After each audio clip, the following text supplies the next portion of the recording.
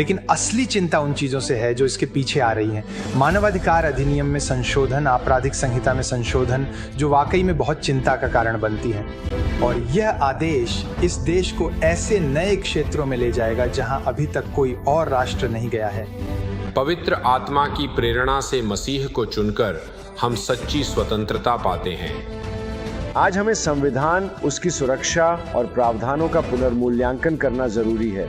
यदि वे न होते तो आज हमारे पास न अमेरिका होता और न ही हमारी आज की स्वतंत्रताएं होती।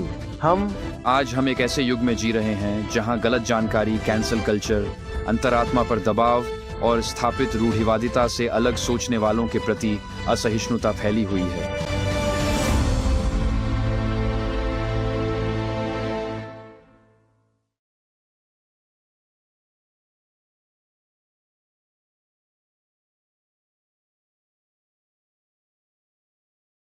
बहुत बहुत धन्यवाद भाई क्रिस, और यहां इस सुंदर सप्त के दिन आपके साथ आकर साझा करना मेरे लिए एक सौभाग्य है। मैं वास्तव में उस प्रार्थना के शब्दों की सराहना करता हूं जो उन्होंने कुछ क्षण पहले की थी, क्योंकि मुझे लगता है कि जो लोग किसी संघर्ष में शामिल हैं वे इस बात को सच मानते हैं। आप भले ही एक धर्मयुक्त लड़ाई में शामिल हों, लेकिन यह तथ्य कि आप एक लड़ाई में हैं आपके आत्मा पर नकारात्मक प्रभाव डाल सकता है। और जब आप एक धर्मयुक्त लड़ाई लड़ते हैं तो भीतर से आप पुराने जूते के चमड़े जैसे कठोर हो सकते हैं, और आप ऐसा नहीं चाहेंगे। और इसलिए जो उन्होंने अभी अभी प्रार्थना की वह मेरे लिए बहुत व्यक्तिगत है कि संघर्ष के बीच भी आप मसीह जैसा चरित्र बनाए रखें, और आप हर सुबह पवित्र आत्मा से प्रार्थना करें कि वह आपके हृदय को भर दे, ताकि रात भर उगाए क्रोध के खरपतवार पवित्र आत्मा के स्पर्श से दूर हो जाएं। इस उपमा के लिए क्षमा करें। तो हम आज यहां एकत्रित सभी लोगों का हार्दिक स्वागत करते हैं, और यह कितना आनंदमय दिन है। और जो लोग ऑनलाइन देख रहे हैं, हम आपको भी हार्दिक स्वागत करते हैं। हम प्रार्थना करते हैं कि जब हम यह समय एक साथ साझा करें तो आप आशीषित हों। यह साल के मेरे लिए सबसे खास पलों में से एक है। अगला बड़ा खास पल जिसका मैं इंतजार कर रहा हूं वह है इस साल 20 से 22 अगस्त तक AMI का उद्घाटन। मूल रूप से हमने एक दिन के कार्यक्रम से शुरुआत की थी, फिर यह 2 दिन के कार्यक्रम में बदल गया। अब ये 3 दिन के कार्यक्रम तक पहुंच गया है, और देश भर से वक्ता आ रहे हैं क्योंकि बहुत से लोग अपनी एकजुटता दिखाना चाहते हैं, और हम सुसमाचार की सच्चाई के लिए खड़े हैं। इसलिए मैं आपको प्रोत्साहित करता हूं कि आप इसे अपनी कैलेंडर में नोट कर लें। 20 से 22 अगस्त तक यहां बेरियन स्प्रिंग्स में AMI के उद्घाटन पर यह गुरुवार, शुक्रवार और सब्त का कार्यक्रम होगा। हालांकि आज मैंने अपने उपदेश का शीर्षक रखा है सच्चा और स्वतंत्र। मेरे नोट्स में इसे झुंड पर प्रहार कहा गया है, और जब मैंने यह उपदेश 2 हफ्ते पहले पहली बार लिखा था तब इसका नाम था अच्छे चरवाहे का अनुसरण करना। तो यह उपदेश कई बदलावों से गुजरा है, और मैंने शुरुआत की एक ऐसे उपदेश से जिसे मैंने एक तरफ रख दिया था। यह यीशु पर आधारित था जो यूहन्ना 10 में अच्छे चरवाहे के रूप में है, और इसका विरोध यूहन्ना 9 में फरीसियों से किया गया है जो बुरे चरवाहे हैं। वे कहते हैं कि हम मूसा का अनुसरण करते हैं, लेकिन हमें नहीं पता कि यह आदमी कौन है, और तुम हमें सिखाने का साहस करते हो। और उन्होंने उसे बाहर निकाल दिया। और इसलिए जब यीशु यूहन्ना 10 में अच्छे चरवाहे के रूप में आते हैं तो वे कहते हैं मैं अच्छा चरवाहा हूं जो बुरे अविश्वासी चरवाहों के विपरीत है। और इसलिए मैंने वह उपदेश तैयार किया, और वह देने के लिए पूरी तरह तैयार था, और पवित्र आत्मा ने मुझे इसके बारे में एक पवित्र बेचैनी का एहसास कराया। और यह हर प्रचारक के साथ होता है। जब आपका उपदेश तैयार होता है तब पवित्र आत्मा कहता है नहीं नहीं नहीं, इसे किसी और जगह के लिए बचा कर रखो, तुम्हें कुछ और करना है। तो इस हफ्ते गुरुवार को वह बेचैनी ऐसे थी जैसे जूते में कंकड़ हो। मैं कह रहा था प्रभु अगर आप मुझसे कुछ और करवाना चाहते हैं तो मुझे बैठकर उपदेश लिखना होगा। तो मैं बैठ गया और मैंने यह उपदेश लिख डाला। और इसलिए आज मैं इसे इस भावना के साथ प्रस्तुत करता हूं कि प्रभु अगर यही आप मुझसे प्रचार करवाना चाहते हैं तो ऐसा ही सही। इसे लिखने के बाद मैंने सोचा प्रभु क्या आप यही चाहते हैं? पवित्र आत्मा ने कहा हाँ यही प्रचार करो। आज मैं इसे आपके सामने रख रहा हूं, अपनी इच्छा से नहीं बल्कि इसलिए कि मुझे इसका दृढ़ विश्वास है। हमारे उपदेश का शीर्षक है सच्चा और स्वतंत्र। मेरी संपर्क जानकारी स्क्रीन पर है। और यह आज सुबह हमारी यात्रा होने वाली है। ये एक 3 भागों में बंटा हुआ उपदेश है। हम बात करेंगे कि एडवेंटिज्म कैसे आया, फिर बात करेंगे कि एडवेंटिज्म में विभाजन कैसे हुआ, फिर एडवेंटिज्म कैसे दोहराया गया, और अंत में हम अपने निष्कर्ष पर पहुंचेंगे। यही है आज हमारे उपदेश की यात्रा। हमारी भूमिका के बाद एडवेंटिज्म का आगमन, एडवेंटिज्म का विभाजन और एडवेंटिज्म का पुनरावृत्ति, तो यही यात्रा है जिस पर हम आज चलने वाले हैं। तो निष्कर्ष में हम क्या कहें? मत्ती 26 से एक अंश है। यहां सुसमाचारों से एक उद्धरण है। यीशु ने कहा, यह ऊपरी कक्ष में था, ठीक उससे पहले जब उन्हें गिरफ्तार किया गया था, और यीशु ने यह बात शिष्यों से कही थी। उन्होंने कहा, तब यीशु ने उनसे कहा, आज रात तुम सब मेरे कारण मुझे छोड़ दोगे, क्योंकि लिखा है, मैं चरवाहे को मारूंगा और झुंड की भेड़ें तितर बितर हो जाएंगी।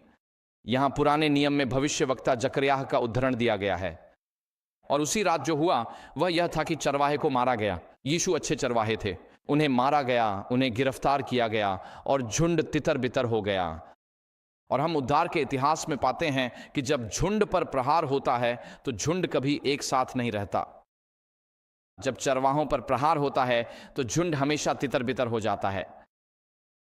हम इसे पूरे उद्धार के इतिहास में देखते हैं, हम इसे प्रोटेस्टेंट इतिहास में भी देखते हैं, हम इसे पिछले 200 वर्षों में विभिन्न प्रकार की तानाशाही सरकारों के खिलाफ संघर्ष में भी देखते हैं। लेकिन जब चरवाहे पर प्रहार होता है तो भेड़ें अक्सर या हमेशा तितर बितर हो जाती हैं। तो मेरे साथ वापस मध्य एशिया चलिए। यह सोवियत समाजवादी गणराज्यों के संघ का नक्शा है, और जब मैं बड़ा हो रहा था, मैं इंग्लैंड में रहता था, वह मार्गरेट थैचर, रोनाल्ड रीगन और आयरन कर्टन का समय था। और मैंने यूरोप का नक्शा देखा और सोचा, मैं किस देश की लड़की से शादी करना चाहता हूं, या मैं किस देश की लड़की से शादी करना चाहता हूं।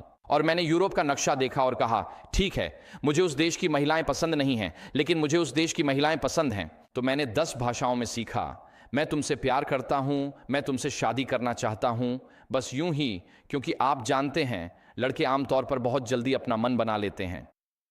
और मुझे ये केवल एक में याद है, वह थी नॉर्वेजियन जेल्सकार्ड जेविल गिफ्ता मेमादे, जिसका मतलब है मैं तुमसे प्यार करता हूं, मैं तुमसे शादी करना चाहता हूं।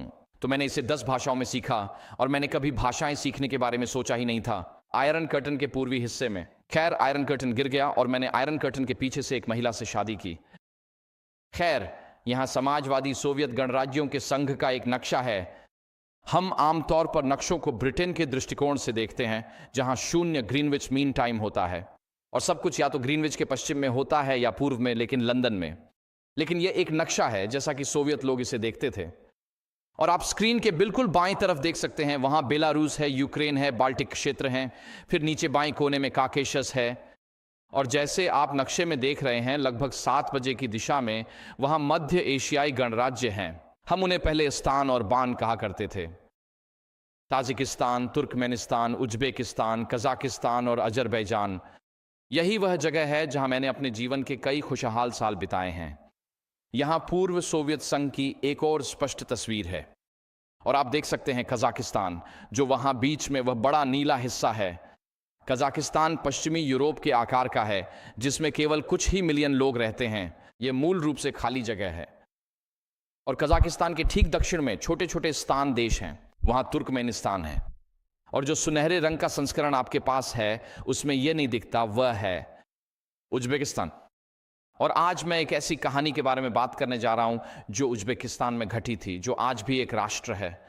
यह उस दौर के एक सामान्य शहर की तस्वीर है जिसमें सोवियत अपार्टमेंट ब्लॉकों की तस्वीरें हैं। और वे छोटे अपार्टमेंट ब्लॉक जिनमें 5 मंजिलें होती हैं, उन्हें ख्रुश्चेव्स्की कहा जाता है। ये निकिता ख्रुश्चेव के समय से बनाए जाने लगे थे। मैं यहां कुछ लोगों को सिर हिलाते देख रहा हूं। मैं खुद भी ख्रुश्चेव्स्की में रहा करता था। सीढ़ियों पर चढ़ते समय वे सीमेंट की घिसी हुई थीं और कभी पूरी तरह समतल नहीं होती थीं। आपको बहुत ध्यान से देखना पड़ता था कि आप कहां जा रहे हैं। जब मैं वहां रहता था तो बिजली की वायरिंग प्रवेश द्वार पर ही होती थी। वहां बिजली की तारों का एक जाल सा होता था और आपकी तार भी उन्हीं में से एक होती थी। और आप अपनी तार को दूसरी तारों से छुआते थे, यह देखने के लिए कि बिजली है या नहीं। और जब आप अपनी ख्रुश्चेव्स्की में ऊपर पहुंचते थे तो वहां हीटिंग बहुत बहुत तेज चलती थी, क्योंकि वह सामूहिक हीटिंग थी और सरकार ने हीटिंग को एक सामाजिक भलाई के रूप में उपलब्ध कराया था। इसीलिए सर्दियों के बीच में जब तापमान 0 से काफी नीचे होता था, तब भी खिड़कियां खुली रहती थीं और आप टी शर्ट पहनकर घूम रहे होते थे, क्योंकि वहां इतनी गर्मी होती थी उन पुराने ख्रुश्चेव्स्की में रेडिएटर उबल रहे होते थे। और वास्तव में मेरे कई परिवार के सदस्य अपना जीवन उन्हीं ख्रुश्चेव्स्की अपार्टमेंट्स में बिता चुके हैं। लेकिन मैं 14 मार्च 1978 पर वापस जाना चाहता हूं। और तभी दरवाजे पर दस्तक हुई और 20 वर्दीधारी लोग एक छोटे से ख्रुश्चेव्स्की अपार्टमेंट में घुस आए। ये 1-2 बेडरूम वाला अपार्टमेंट था। ये एक मानक सोवियत अपार्टमेंट था। वे केजीबी से आए थे। केजीबी से वे आंतरिक मामलों के मंत्रालय से आए थे। वे राज्य अभियोजक के कार्यालय से आए थे। गालियां और धमकियां देते हुए उन्होंने परिवार को 2 में से 1 बेडरूम में धकेल दिया और फिर वे उस अपार्टमेंट को तहस नहस करने लगे। और वे सिर्फ तलाशी नहीं ले रहे थे जैसा कि हम पश्चिम में करते हैं। वे अपने साथ क्या लाए थे? वे अपने साथ रॉड लाए थे, वे फावड़े लाए थे, वे कुल्हाड़ियां लाए थे, वे आरी लाए थे, वे माइंस डिटेक्टर लाए थे, वे एक धातु उठाने वाला उपकरण लाए थे, वे जांचने वाले उपकरण लाए थे, वे शक्तिशाली लाइटिंग लाए थे, वे कैमरे और आग्नेयास्त्र, रेडिएटर, जनरेटर लाए थे और हथकड़ियां। उन्होंने छत तक तोड़फोड़ की। उन्होंने चिमनियों को ध्वस्त कर दिया। उन्होंने फर्श उखाड़ दिए। उन्होंने अंदर की दीवारें गिरा दी। वे बाहर गए और उन्होंने डामर की सड़क पर 2 मीटर नीचे तक खुदाई की। उन्होंने पूरा आंगन खोद डाला जहां परिवार ने कुछ अंगूर की बेलें, कुछ अंगूर के पौधे लगाए थे और वहीं वे अपनी कार पार्क करते थे। उन्होंने सचमुच सीवर खोल दिए और लोगों को सीवर की जांच के लिए नीचे भेजा। वे उस अपार्टमेंट को ईंट दर ईंट, सीमेंट ब्लॉक दर सीमेंट ब्लॉक तोड़ रहे थे। परिवार ने इसका विरोध किया और उन्हें वहां के अधिकारी, जिनका नाम हरमन पोनमारियोव था, ने बताया, मुझे बस एक शब्द कहना है और दुनिया उलट जाएगी। उसने परिवार को धमकी दी और उस परिवार में एक 83 वर्षीय बुजुर्ग व्यक्ति था जो कमजोर था और उसका बेटा भी, जिसकी हालत भी खराब थी। वहां उसकी बहू और एक महिला थी जिनका नाम दीना व्लादिमीरोवना लेप्शिना था। बेटे की तबीयत नाजुक थी और उस दिन के बाद से उसे रोज दिल के दौरे और माइग्रेन होने लगे। उन्होंने 83 वर्षीय बुजुर्ग और उसके बेटे को घसीटकर पूछताछ के लिए ले गए। बहू एक बहादुर महिला थी। उसने इसके खिलाफ विरोध करने का फैसला किया। इसलिए उसने एक पत्र लिखा जिसे आप आज भी इंटरनेट पर देख सकते हैं, लियोनिद इलिच ब्रेजनेव को, जो उस समय सोवियत संघ के महासचिव थे। वह 1964 से 1982 तक उस पद पर थे। ये वे साल थे जब सोवियत संघ लगभग ठहराव की स्थिति में था। यही वह समय था जब सोवियत संघ पूरी तरह ठहराव की स्थिति में था। कोई प्रगति नहीं हो रही थी और सामाजिक व आर्थिक रूप से हर जगह गिरावट दिखने लगी थी। उसने केजीबी के अवैध व्यवहार का विरोध किया, लेकिन उसे शत्रुतापूर्ण नौकरशाही ने पूरी तरह नजरअंदाज कर दिया। मार्च 1979 में उस 83 वर्षीय व्यक्ति पर मुकदमा चलाया गया। अदालत ने निष्पक्षता का कोई भी भाव त्याग दिया। सोवियत संघ अपने आदमी को पकड़ने ही वाला था। बचाव पक्ष के वकील ने जोर देकर कहा कि प्रतिवादी के शब्दों को आधिकारिक रिकॉर्ड में शामिल किया जाए। आधिकारिक आरोप थे और मैं उद्धृत करता हूं, नागरिकों को सार्वजनिक जीवन में भाग लेने और अपने नागरिक कर्तव्यों को निभाने से मना करने के लिए उकसाना। उद्धरण, एक षड्यंत्रकारी संगठन चलाना। उद्धरण समाप्त, आस्थावानों के धन पर जीवन यापन करना। अर्थात 10वां हिस्सा उद्धरण, जानबूझकर झूठी बातें फैलाना, सोवियत राज्य की निंदा करना। उद्धरण समाप्त। उन्हें सार्वजनिक रूप से सोवियत संघ के सबसे प्रसिद्ध असंतुष्टों सखारोव, सोलजेनित्सिन, ऑनरलोव, गिंसबर्ग, खोदरोविच, ग्रिगोरेंको और अन्य के साथ मिलकर काम करने का आरोप लगाया गया। और अभियोजन पक्ष का मुख्य गवाह, सुनिए, अभियोजन पक्ष का मुख्य गवाह एक पूर्व एडवेंटिस्ट था। अब वह अपने ही भाइयों के खिलाफ हो गया था। दुनिया ने प्रतिक्रिया दी। शायद आपको आंद्रेई सखारोव का नाम याद हो। उन्होंने 1973 में नोबेल शांति पुरस्कार जीता था। वह 1975 में वह एक असंतुष्ट थे। वह एक परमाणु भौतिक विज्ञानी थे। वह दुनिया भर में और सोवियत संघ में मानवाधिकारों को बढ़ावा दे रहे थे। आंद्रेई सखारोव ने उस 83 वर्षीय व्यक्ति की गिरफ्तारी के खिलाफ सार्वजनिक रूप से विरोध किया। उन्होंने राष्ट्रपति कार्टर को पत्र लिखा, लेकिन कोई जवाब नहीं मिला।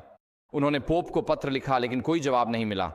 उन्होंने विश्व नेताओं को पत्र लिखा, लेकिन कोई जवाब नहीं मिला। लेकिन उन्होंने जो पत्र भेजे उनका दस्तावेजीकरण किया ताकि दुनिया को दिखा सके कि सोवियत संघ में मानवाधिकारों की दुनिया को कोई परवाह नहीं थी। आंद्रेई सखारोव ने उस 83 वर्षीय व्यक्ति के लिए संघर्ष किया। जनरल कॉन्फ्रेंस ने उस 83 वर्षीय व्यक्ति के लिए संघर्ष नहीं किया, लेकिन आंद्रेई सखारोव ने किया। और वह बूढ़ा आदमी उसे लगभग तुरंत ही उत्तरी साइबेरिया के एक सख्त श्रम शिविर में 5 साल की सजा सुना दी गई। उसे ले जाने से पहले उसकी बहू दीना उसके लिए गर्म कपड़े लेकर आई, लेकिन अधिकारियों ने उसे लौटा दिया।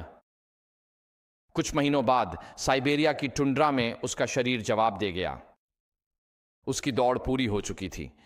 उसने अच्छा संघर्ष किया था, उसने विश्वास बनाए रखा था, लेकिन वह बूढ़ा आदमी कौन था? आप उसकी तस्वीर स्क्रीन पर देख रहे हैं। एक ऐसा नाम जो आज पश्चिमी एडवेंटिस्टों के लिए लगभग खो चुका है। आप में से कुछ लोग उनसे परिचित हैं। उनका नाम व्लादिमीर शेल्कोव था। उनका जन्म 1995 में हुआ था। उन्हें 1931 में स्टालिन की गुप्त पुलिस ने गिरफ्तार कर लिया था और अपने अधिकांश वयस्क जीवन में वे श्रम शिविरों में बंद रहे। वे उस समय के तथाकथित सच्चे और स्वतंत्र एडवेंटिस्टों के नेता थे। वे एडवेंटिज्म के भीतर एक समूह थे। हम कुछ ही क्षणों में उनके इतिहास पर चर्चा करेंगे, लेकिन उन्होंने सोवियत संघ की रक्षा में हथियार उठाने से इनकार कर दिया और उन्होंने सोवियत संघ के साथ किसी भी आधिकारिक संबंध में प्रवेश करने से भी इनकार कर दिया। शेल्कोव स्वयं एक अत्यंत विद्वान व्यक्ति थे जिन्होंने प्रारंभिक चर्च के पिताओं के उद्धरण देकर अहिंसा का समर्थन किया। वे ओरिजेन और टर्टुलियन की रचनाओं में निपुण थे। उन्होंने अन्य मानवाधिकार कार्यकर्ताओं से घनिष्ठ संबंध बनाए। साइबेरियाई कैदी अवराम शिफ्रिन ने उन्हें एक भावपूर्ण चेहरे और गहरी शांत आंखों वाले व्यक्ति के रूप में वर्णित किया जो सचमुच कोमलता से चमकती थीं। उद्धरण समाप्त। शिफ्रिन के अनुसार उनके साथी कैदी, मैं यहां फिर से उद्धृत करता हूं, पादरी शेल्कोव का पूरा दोष केवल युद्ध को अस्वीकार करने में था। पादरी शेल्कोव ने मानवाधिकारों के लिए अपने अहिंसक संघर्ष की भारी कीमत चुकाई। अपने पूरे जीवन में उन्होंने उस समूह का नेतृत्व किया जिसे हम आज सच्चे और स्वतंत्र एडवेंटिस्ट कहते हैं। लेकिन यह समूह कौन था और इन्हें सिर्फ सोवियतों द्वारा ही नहीं बल्कि आधिकारिक एडवेंटिस्ट चर्च द्वारा भी इतना नफरत क्यों किया जाता था? तो आइए यहां कुछ इतिहास पर नजर डालते हैं। एडवेंटिज्म उस क्षेत्र में पहुंचा जिसे हम आज रूसी संघ या सोवियत संघ कहते हैं। हम यहां कुछ इतिहास में गहराई से जाने वाले हैं। स्क्रीन पर आप दक्षिणी रूस, यूक्रेन और उत्तरी काकेशस क्षेत्र का नक्शा देख सकते हैं। एडवेंटिज्म 1880 के दशक में उस क्षेत्र में पहुंचा जिसे हम आज रूस कहते हैं, और पहले अनुयायी रूसी नहीं थे बल्कि जर्मन थे। वे जातीय जर्मन थे जो उस क्षेत्र में बसे थे जिसे हम आज यूक्रेन कहते हैं, और वोल्गा क्षेत्र वोल्गा नदी के इलाके में। और वह गहरी नीली रेखा जो ऊपर जाकर फिर उत्तर पूर्व की ओर जाती है वही वोल्गा नदी है, और वे वोल्गा नदी के बेसिन के किनारे बसे थे। आप स्क्रीन पर वोल्गोग्राद शहर देख सकते हैं। वह लाल बिंदु है जिसे पहले स्टालिनग्राद कहा जाता था, जो द्वितीय विश्व युद्ध का टर्निंग पॉइंट था। और जातीय जर्मन वोल्गा नदी के किनारे और पश्चिम में आज के यूक्रेन देश के पार बसे थे, और वहीं वे जर्मन लोग बसे हुए थे। रूसी साम्राज्य में रूसियों और अनऑर्थोडॉक्स लोगों के बीच धर्मांतरण के खिलाफ सख्त कानून थे, लेकिन जर्मन बसने वाले न तो रूसी थे और न ही वे ऑर्थोडॉक्स थे। इसलिए सरकार को यूक्रेन में जर्मन बसने वालों और वोल्गा क्षेत्र में जर्मन बसने वालों के बीच पहली बार प्रचार प्रसार से कोई खास फर्क नहीं पड़ता था। वे एडवेंटिस्ट या वे लोग जिन्होंने रूसियों के बीच धर्मांतरण की कोशिश की, उन्हें खड़े जुर्माने के साथ दंडित किया गया। उन्हें साइबेरिया या काकेशस के पार आंतरिक निर्वासन में भेज दिया गया था। इसलिए यूक्रेन में पहले एडवेंटिस्ट और रूस में पहले एडवेंटिस्ट वास्तव में जर्मन प्रवासी थे। उनमें से कुछ लोग वहां से चले गए और अमेरिका आ गए, जहां वे 1800 के दशक की शुरुआत में एडवेंटिस्ट चर्च में शामिल हो गए। और वास्तव में 1879 से अमेरिका में जर्मन एडवेंटिस्ट साहित्य यूक्रेन और रूस के वोल्गा क्षेत्र में भेज रहे थे। 1982 में समय के साथ आगे बढ़ते हुए एक मेनोनाइट किताब बेचने वाला व्यक्ति घर घर जा रहा था। वह ब्रिटिश और विदेशी बाइबल सोसाइटी द्वारा नियुक्त किया गया था। उसका नाम गेरहार्ड पेक था और उसे एक एडवेंटिस्ट पैम्फलेट दिखाया गया जिसका नाम था अ थर्ड एंजल्स मैसेज। यह पैम्फलेट उसे यूक्रेन के एक जर्मन गांव में उसके एक जर्मन पड़ोसी ने दिया था। उसे एहसास हुआ कि सरकार की नज़र में यह एक विद्रोही किताब थी, लेकिन उसने इसे अपने ही खलिहान की गोपनीयता में पढ़ा और फिर केवल उस एक पैम्फलेट को पढ़कर वह एडवेंटिस्ट बन गया। वह तीसरे स्वर्गदूत के संदेश के बारे में पूरी तरह से आश्वस्त हो गया था। इसलिए उसने संयुक्त राज्य अमेरिका में प्रकाशकों को पत्र लिखा और उनसे अतिरिक्त साहित्य भेजने का अनुरोध किया। इसके बाद उसने न केवल ब्रिटिश और विदेशी बाइबल सोसाइटी के लिए बाइबलें बांटना शुरू किया, बल्कि जब वह घर घर जाता था तो एडवेंटिस्ट साहित्य भी मुफ्त में बांटने लगा। और इस तरह एडवेंटिस्ट संदेश आधुनिक यूक्रेन और वोल्गा क्षेत्र के जर्मन भाषी गांवों में फैल गया। 1886 में यह व्यक्ति देश में आया।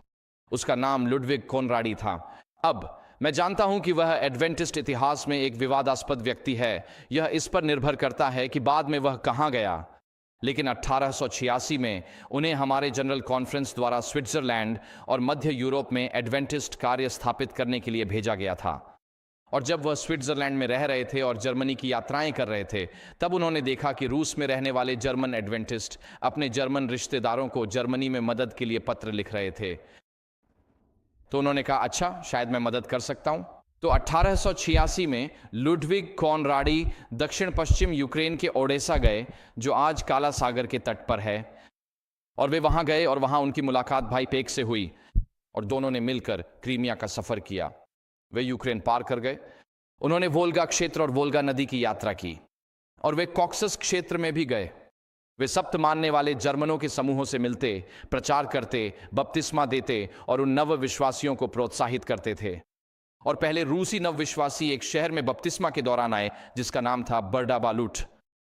इसके बाद खुद कोनराडी को तुरंत गिरफ्तार कर लिया गया और स्थानीय पुलिस द्वारा आरोपित किया गया। यह आरोप लगाया गया कि वे यहूदी विधर्म फैलाने और रूसियों का धर्मांतरण करने का प्रयास कर रहे थे, जो रूसी साम्राज्य में कानून के खिलाफ था। हालांकि वह युवा रूसी व्यक्ति जिसे उन्होंने चर्च में स्वागत किया था, आगे आया और गवाही दी कि उसने 11 साल पहले ऑर्थोडॉक्स चर्च छोड़ दिया था और वास्तव में उसका बपतिस्मा नहीं हुआ था, बल्कि उसने विश्वास की घोषणा के द्वारा चर्च में प्रवेश किया था। और क्योंकि तकनीकी रूप से उसने उस युवा रूसी का बपतिस्मा नहीं किया था, कोनराडी को 40 और दिन जेल में बिताने के बाद रिहा कर दिया गया। क्योंकि वह रूसी भाषा नहीं बोल सकते थे, भाई पेक ने उनके साथ जेल में रहने का फैसला किया ताकि वे उनके अनुवादक बन सकें, और उन्होंने वे 40 दिन एक साथ बिताए।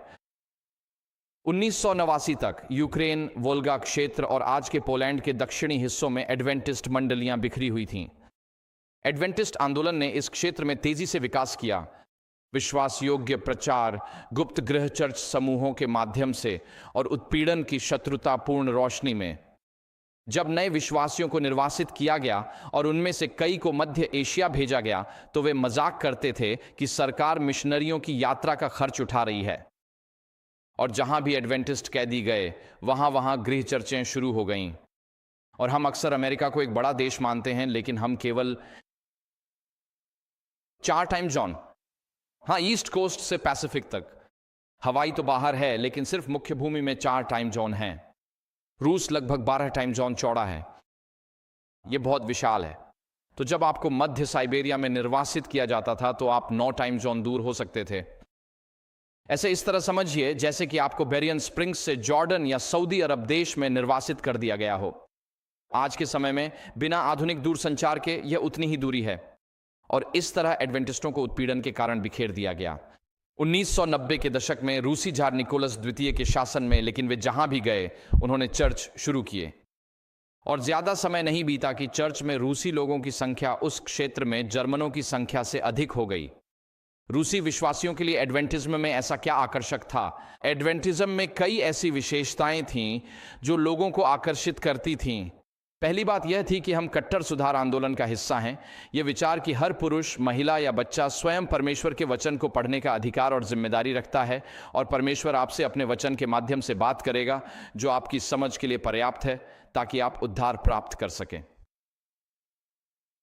और इसलिए यह विचार उस देश में एक क्रांतिकारी विचार था जहां लोग एक ऑर्थोडॉक्स चर्च में जाते थे और पादरी अपनी पीठ सभा की ओर करके पुराने स्लाविक में कुछ शब्द बुदबुदाते थे जिसे उस समय कोई भी नहीं बोलता था, और वही धार्मिक सेवा होती थी। लोग बस पादरी को दूसरी भाषा में बोलते हुए देखते रहते थे। और इसलिए एडवेंटिज्म में यह विचार कि आप खुद बाइबल का अध्ययन करें बहुत दूर तक गया। सेवाएं रूसी भाषा में होती थीं, ऑर्थोडॉक्स चर्च की पुरानी स्लावोनिक भाषा में नहीं।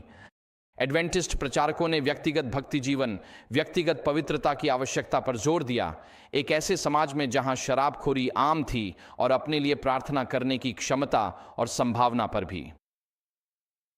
मैं आज आपको प्रोत्साहित करना चाहता हूं हर दिन परमेश्वर का वचन पढ़ें, हर दिन अपने स्वर्गीय पिता से बात करें और व्यक्तिगत पवित्रता की ओर अग्रसर रहें।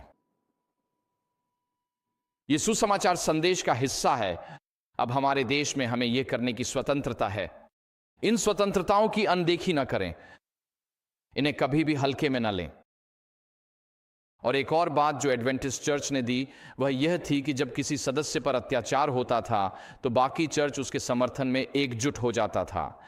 वहां संगति थी, वहां समर्थन था। आप अपने भाइयों और बहनों पर भरोसा कर सकते थे कि वे आपके साथ खड़े रहेंगे और आपके लिए आवाज उठाएंगे। और अगर आपको गिरफ्तार कर लिया जाता तो आपके भाई बहन पुलिस से, गवर्नर से मिलकर जो कुछ भी कर सकते थे वे सब करते ताकि आपको छुड़ाया जा सके। एडवेंटिस्ट लोग सार्वजनिक रूप से सामने आने और मसीह में अपने कैद रिश्तेदारों और भाइयों बहनों के लिए खुलकर खड़े होने से नहीं डरते थे। मैंने यह तब देखा जब मैं 90 के दशक के मध्य में किचवान स्वायत्त गणराज्य में था। यह क्षेत्र आर्मेनिया, तुर्की और ईरान के बीच है और वहां की चर्च में ज्यादातर बाबूशकाएं, दादियाओं थीं। और मुझे एहसास हुआ कि वहां के कई पुरुषों को केजीबी ने गायब कर दिया था। चर्च में शायद ही कोई पुरुष था और जो चर्च को चलाए रखे हुए थीं वे ये दादियाओं थीं जो देखने में तो नरम और प्यारी लगती थीं, लेकिन अगर आप उस मंडली के किसी सदस्य को छूते तो वे पिटबुल्स जितनी डरावनी हो जाती थीं।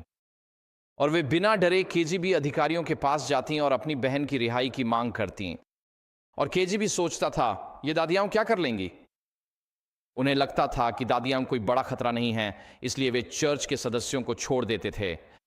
अपने पक्ष में एक डरावनी दादी होने जैसा कुछ नहीं है। और हमने यह सोवियत संघ के दौरान देखा था। 1900 तक रूसी साम्राज्य में एडवेंटिस्टों की पहली आम बैठक आइगेनहाइम नामक एक शहर में आयोजित की गई थी। यह काकेशस में एक जर्मन गांव था। इस बैठक में 100 से अधिक प्रतिनिधि उपस्थित थे। उनमें से एक थियोफिल बाबियेंको थे। वे स्तावरोपोल के एक धर्मांतरित व्यक्ति थे। उन्हें प्राचीन के रूप में नियुक्त कर रूसी चर्च में पादरी बनाकर भेजा गया, लेकिन उन्हें तुरंत गिरफ्तार कर झार सरकार द्वारा काकेशस निर्वासित कर दिया गया। हालांकि जिस शहर में वे गए वह डाक गाड़ियों के मार्ग का अंतिम बिंदु था, इसलिए उन्होंने तय किया कि वे शहर में आने वाली हर डाक गाड़ी और शहर से जाने वाली हर डाक गाड़ी को एडवेंटिस्ट साहित्य देंगे। वे डाक गाड़ियां तत्कालीन रूसी साम्राज्य के पूरे क्षेत्र में जाती थीं। उस उत्पीड़न से एडवेंटिस्ट साहित्य फैल गया। भाइयों और बहनों, मैं आज आपसे कुछ कहना चाहता हूं। महामारी में दुनिया एक ऐसे छोटे अल्पसंख्यक समुदाय के खिलाफ हो गई जिसे 2020 से पहले कोई जानता तक नहीं था। अचानक उस अल्पसंख्यक समुदाय के आदर्शों को पूरी दुनिया जानने लगी, उनके कहने से नहीं बल्कि मीडिया की नफरत की वजह से। तो आखिरकार एडवेंटिस्ट संदेश दुनिया भर में कौन फैलाएगा समय के अंत में?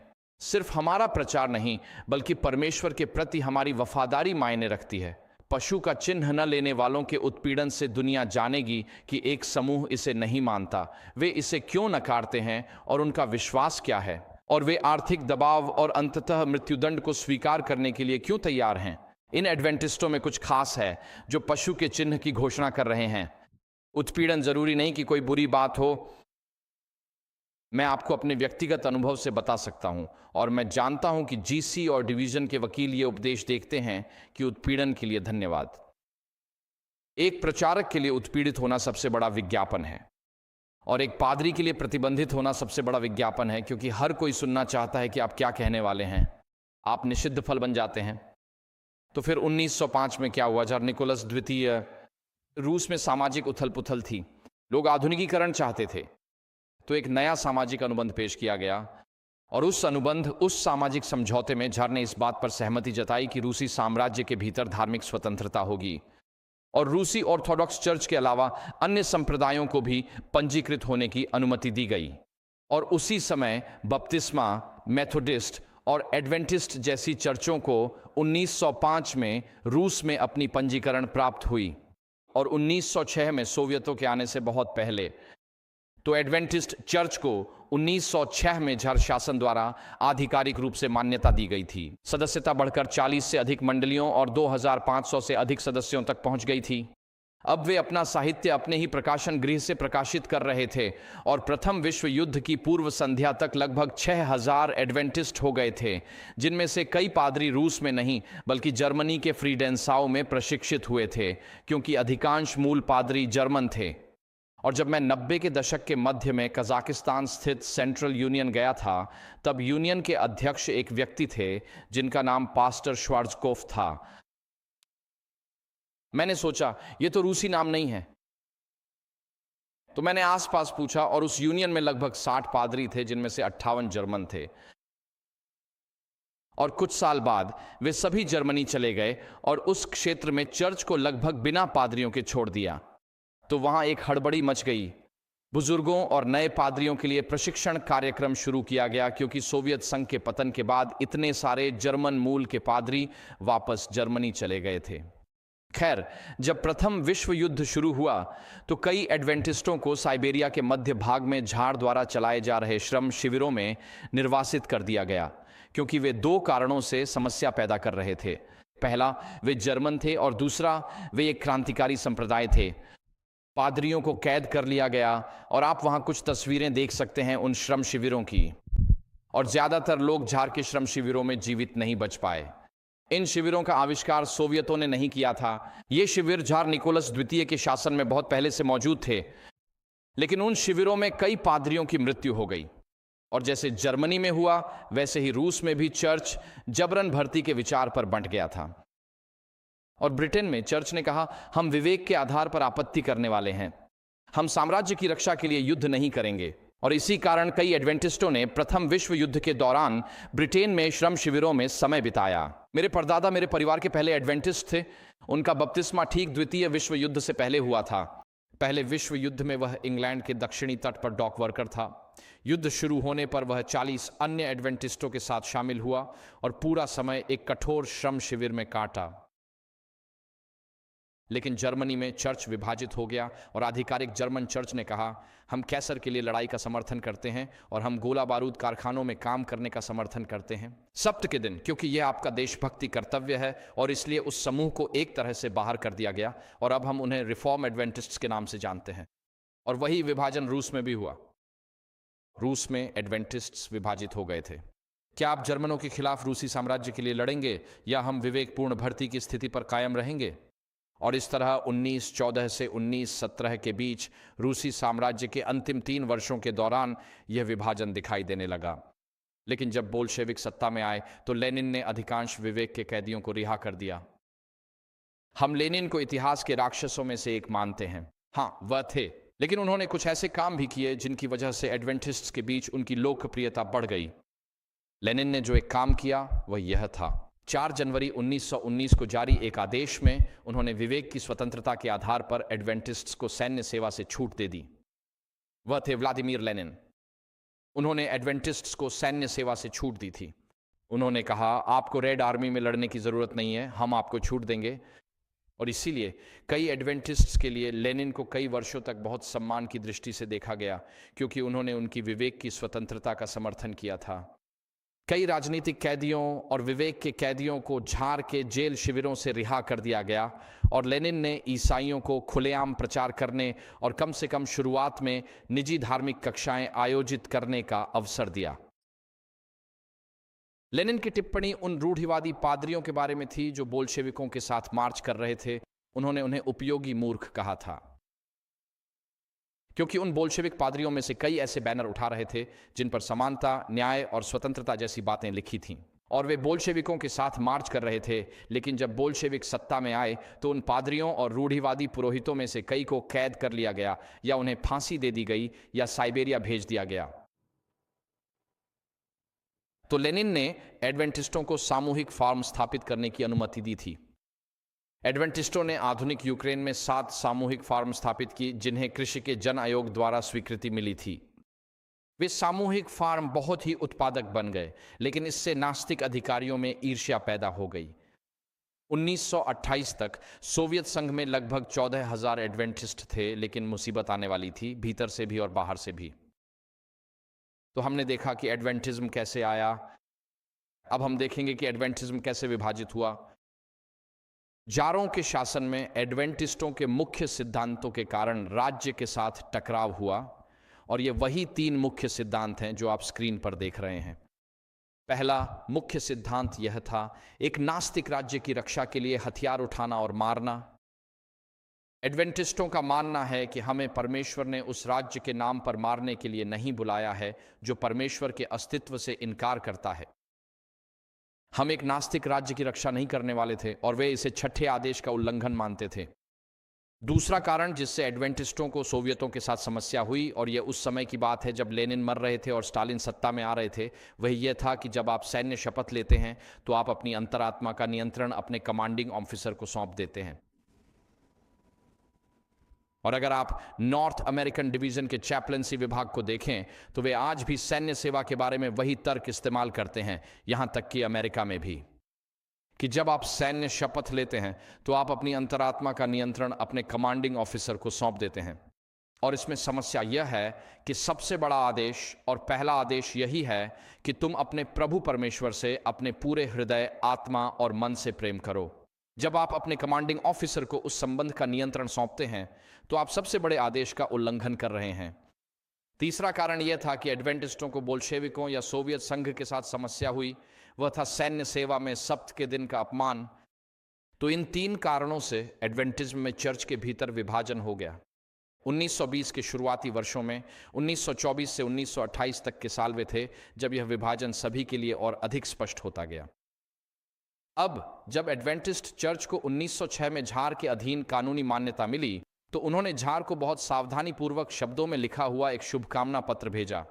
उन्होंने झार निकोलस द्वितीय को वादा किया कि वे सीजर को वह सब देंगे जो सीजर का है, यानी कर और श्रद्धांजलि, डर और सम्मान, लेकिन साथ ही साथ यह भी वचन दिया कि वे परमेश्वर को वह देंगे जो परमेश्वर का है। मैं आपसे झूठ नहीं बोलूंगा। लेकिन उन्होंने पत्र में यह परिभाषित नहीं किया कि परमेश्वर का क्या है।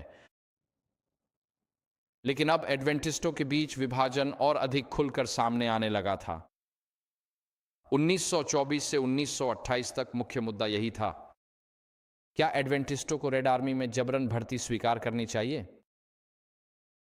एक ऐसी सेना जिसे ईसाइयों को मारने के लिए इस्तेमाल किया जा रहा था, एक ऐसी सेना जिसे अनऑर्थोडॉक्स विश्वास को मिटाने के लिए इस्तेमाल किया जा रहा था, एक ऐसी सेना जिसे पूरे साइबेरिया में बड़े बड़े एकाग्रता शिविर या बेहतर शब्दों में कहें तो श्रम शिविर चलाने के लिए इस्तेमाल किया जा रहा था। बोल्शेविकों और कम्युनिस्टों ने बस झार के जेल शिविरों को अपने अधीन कर लिया था। वे पहले से ही अस्तित्व में थे। और इसी तरह ऑनल रशियन काउंसिल ऑफ एडवेंटिस्ट्स 1924 में वे मिले और उन्होंने कहा, हम सिद्धांत रूप में रेड आर्मी में सेवा करने के विरोधी नहीं हैं, लेकिन हम इसे व्यक्ति और उसकी अंतरात्मा पर छोड़ देंगे। और उन्होंने कहा, अगर आप सेवा करने का निर्णय लेते हैं तो हम सलाह देते हैं कि आप मेडिकल या निर्माण इकाइयों में सेवा करें। तो यह 1924 में पहली स्थिति थी। उन्होंने लेनिन के प्रति, और मैं यहां उद्धृत कर रहा हूं, आभार और ईमानदार समर्थन व्यक्त किया। और 1924 में ओनल एडवेंटिस्ट, ओनल यूनियन कांग्रेस ऑफ एडवेंटिस्ट्स ने उद्धरण दुनिया की एकमात्र प्रगतिशील सरकार को समर्थन देने का वादा किया। उनका ध्यान उन बातों पर था जो वे सोवियतों के साथ साझा करते थे, न कि उन बातों पर जो उन्हें सोवियतों और सोवियत विचारधारा से अलग करती थीं। वे मानते थे कि वे पूंजीवाद की अन्यायपूर्णताओं की निंदा करके मित्र बना सकते हैं, शक्ति, साम्राज्यवाद की लालच और पश्चिम के स्थापित चर्चों के नैतिक पतन में गिरावट। और उन्होंने समाज के साम्यवादी पुनर्गठन का समर्थन किया, क्योंकि जार के समय में रूस एक बहुत बीमार समाज था। लेकिन अंततः विभाजन 1928 में सामने आ गए। यहां all union Congress of Adventists की तस्वीर है। यह छठी ऑल यूनियन कांग्रेस थी। यह 1928 में आयोजित हुई थी। ये हैं कांग्रेस के सदस्य। यह उस विशेष समूह की एक दुर्लभ तस्वीर है। और इस विशेष समूह में मार्क्सवादी अधिकारियों के दबाव में एडवेंटिस्ट्स की इस कांग्रेस ने घोषणा की कि अब सभी सदस्य अनिवार्य सैन्य भर्ती के अधीन होंगे, चाहे वे अपने विवेक के आधार पर आपत्ति करें या नहीं। इस नए निर्णय को फिर 1924 से प्रभावी मान लिया गया और उन्होंने यह भी तय किया कि जो भी एडवेंटिस्ट रेड आर्मी के लिए लड़ने के लिए नामांकन करने से इनकार करेगा, उसे निष्कासित कर दिया जाएगा। 1928 ये छठी कांग्रेस थी और उन्होंने ऐसा ही किया। उन्होंने उन एडवेंटिस्ट्स को निष्कासित कर दिया जो रेड आर्मी में सेवा करने को तैयार नहीं थे, और इसी तरह सच्चे और स्वतंत्र एडवेंटिस्ट्स का जन्म हुआ। उन्हें सच्चे कहा जाता है उनके अपने शब्दों में, क्योंकि वे चौथे और छठे आदेशों के प्रति सच्चे बने रहते हैं, सप्त के दिन का सम्मान करते हैं और एक नास्तिक राज्य की रक्षा में हत्या करने से इनकार करते हैं। वे स्वतंत्र भी हैं क्योंकि वे अपनी सभाओं को नास्तिक उत्पीड़नकारी सोवियत अधिकारियों के साथ पंजीकृत करने से इनकार करते हैं। उनका दावा था कि अगर वे अपनी सभाओं को पंजीकृत करते तो उन्हें नास्तिक अधिकारियों के आदेशों और फरमानों का पालन करना पड़ता। 1954 से शेलकोफ सच्चे और स्वतंत्र के नेता बन गए और उन्होंने तर्क दिया कि पश्चिम में हम कैथोलिक चर्च की बात करते हैं, जो चर्च और राज्य का एक संघ है। सोवियत संघ में भी चर्च और राज्य का एक संघ था, लेकिन वहां नास्तिक विचारधारा और राज्य मिलकर उन लोगों का उत्पीड़न करते थे जो यीशु मसीह के प्रति वफादार थे। और इस तरह ये दो एडवेंटिस्ट समूह 1928 से लेकर सोवियत संघ के पतन तक साथ साथ अस्तित्व में रहे। आधिकारिक एडवेंटिस्ट और सच्चे और स्वतंत्र। अब इनके अच्छे और बुरे दिन भी आए। सच्चे और स्वतंत्र के कुछ धर्मशास्त्र को लेकर सवाल भी उठे, मैं इसे स्वीकार करता हूं, लेकिन ये दोनों समूह सोवियत संघ में 1928 से लेकर 1989 तक अस्तित्व में रहे। आधिकारिक एडवेंटिस्टों को सरकार के साथ अपनी परेशानियां थीं। जब स्टालिन ने अपने सफाए किए तो उसने लेनिनग्राद की पूरी मंडली को पकड़कर निर्वासन में भेज दिया। कई पादरियों को निर्वासित किया गया, कई को कैद कर लिया गया। आधिकारिक एडवेंटिस्टों को राज्य के साथ अपनी समस्याएं थीं। हालांकि वे सब्त के दिन अपने बच्चों को स्कूल भेजते थे और यदि आवश्यकता पड़ी तो वे जबरन भर्ती होने पर रेड आर्मी में सेवा भी करते थे। हालांकि ट्रू एंड फ्रीज को जोसेफ स्टालिन से सबसे क्रूर उत्पीड़न का सामना करना पड़ा। उन्हें बड़े पैमाने पर गिरफ्तार किया गया, उन्हें निर्वासित कर दिया गया, उन्हें श्रम शिविरों में भूखमरी या यातना से मरने के लिए भेजा गया। कुछ को बस गोली मार दी गई। बच्चों को उनके माता पिता से अलग कर दिया गया, उन्हें जबरन सोवियत अनाथालयों में भेज दिया गया। घरों की तलाशी अवैध साहित्य के लिए ली जाती थी। युवकों को सोवियत राज्य के प्रति निष्ठा की शपथ लेने से इनकार करने पर कैद कर लिया गया, लेकिन इस उत्पीड़न के बावजूद ट्रू एंड फ्रीज फलते फूलते रहे। वे सिर्फ जीवित ही नहीं रहे, वे फलते फूलते रहे। सोवियत उत्पीड़न जितना अधिक तीव्र हुआ, ट्रू एंड फ्रीज अपने प्रचार में उतने ही आक्रामक हो गए। उन्होंने व्लादिवोस्तोक से लेकर रूस के पश्चिमी हिस्से तक, फिर बेलारूस और दक्षिण में यूक्रेन तक प्रिंटिंग प्रेस स्थापित किए। उन्होंने पूरे सोवियत संघ में एडवेंटिस्ट साहित्य वितरित किया और सोवियत लगातार इस साहित्य के स्रोत को खोजने की कोशिश करते रहे, लेकिन वे उसे ढूंढ नहीं पाए। उन्होंने अपने बच्चों को अपना विश्वास सिखाया जो सोवियत संघ के तहत अवैध था। उन्होंने स्थानीय परोपकारी मंत्रालय चलाए, उन्होंने भूमिगत गृह चर्च चलाए, उन्होंने सोवियत राज्य के प्रति निष्ठा की शपथ लेने से इनकार कर दिया और उन्होंने सब्त के दिन अपने बच्चों को स्कूल भेजने से इनकार कर दिया। और अगर आप सोच रहे हैं कि यह प्राचीन इतिहास है, तो आज अगर आप वियतनाम देश में जाएं तो यह विभाजन आपके सामने ही मौजूद है। आज वियतनाम में एक आधिकारिक एडवेंटिस्ट चर्च है और वे अपने सभी बच्चों को सब्त के दिन स्कूल भेजते हैं। और वियतनाम में एक भूमिगत एडवेंटिस्ट चर्च भी है। उन्हें कई वर्षों से ASAP मंत्रालयों द्वारा समर्थन मिला है और उनकी संख्या आधिकारिक एडवेंटिस्टों से 5 या 6 गुना अधिक है। और मुख्य मुद्दा यही है कि क्या आप अपने बच्चों को या अपने युवाओं को सब्त के दिन स्कूल या विश्वविद्यालय भेजते हैं या नहीं। मेरे बहुत करीबी कोई, जिनका नाम मैं नहीं लूंगा, लेकिन मेरे बहुत करीब की एक महिला सोवियत संघ के पतन के बाद किशोरावस्था में एडवेंटिस्ट बन गई थी। वह एक मुस्लिम देश में रह रही थी और प्रोफेसर को वह पसंद नहीं थी, इसलिए उसने अंतिम परीक्षा सब्त के दिन रख दी और उसने कहा, मुझे पता है कि तुम परीक्षा नहीं दे सकती क्योंकि तुम एडवेंटिस्ट हो। और इसलिए वह व्यक्ति, जिनका नाम नहीं लिया जाएगा, उन्होंने कहा, मैं सब्त के दिन चर्च में रहूंगी, मैं परीक्षा नहीं दूंगी। और इसलिए वह व्यक्ति सब्त के दिन चर्च चली गई और सोमवार को वह विश्वविद्यालय गई और देखा कि परीक्षा में उनके सबसे अच्छे अंक आए हैं। क्या वह कोई फरिश्ता था?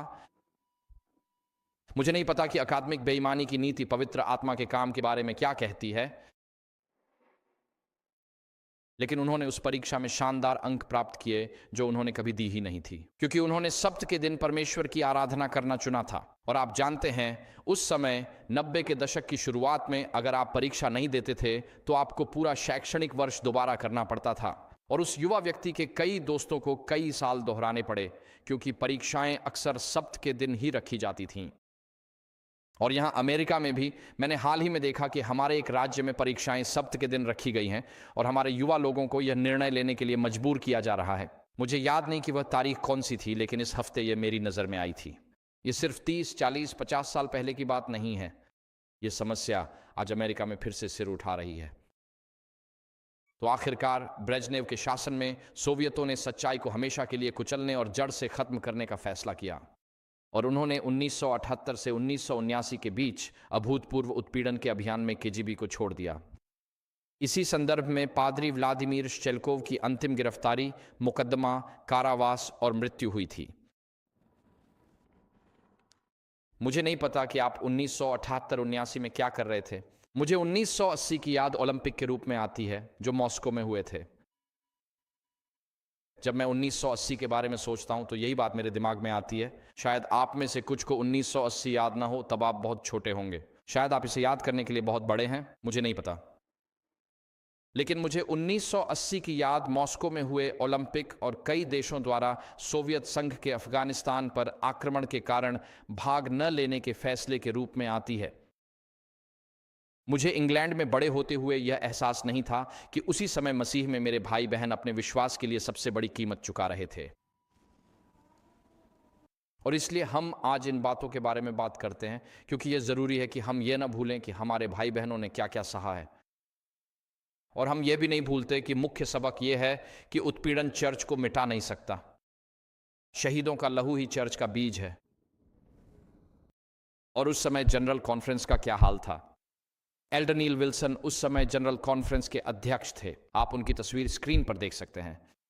उन्होंने व्यक्तिगत रूप से यूएसएसआर के अधिकारियों के साथ एक कार्यात्मक संबंध बनाने की जिम्मेदारी संभाली।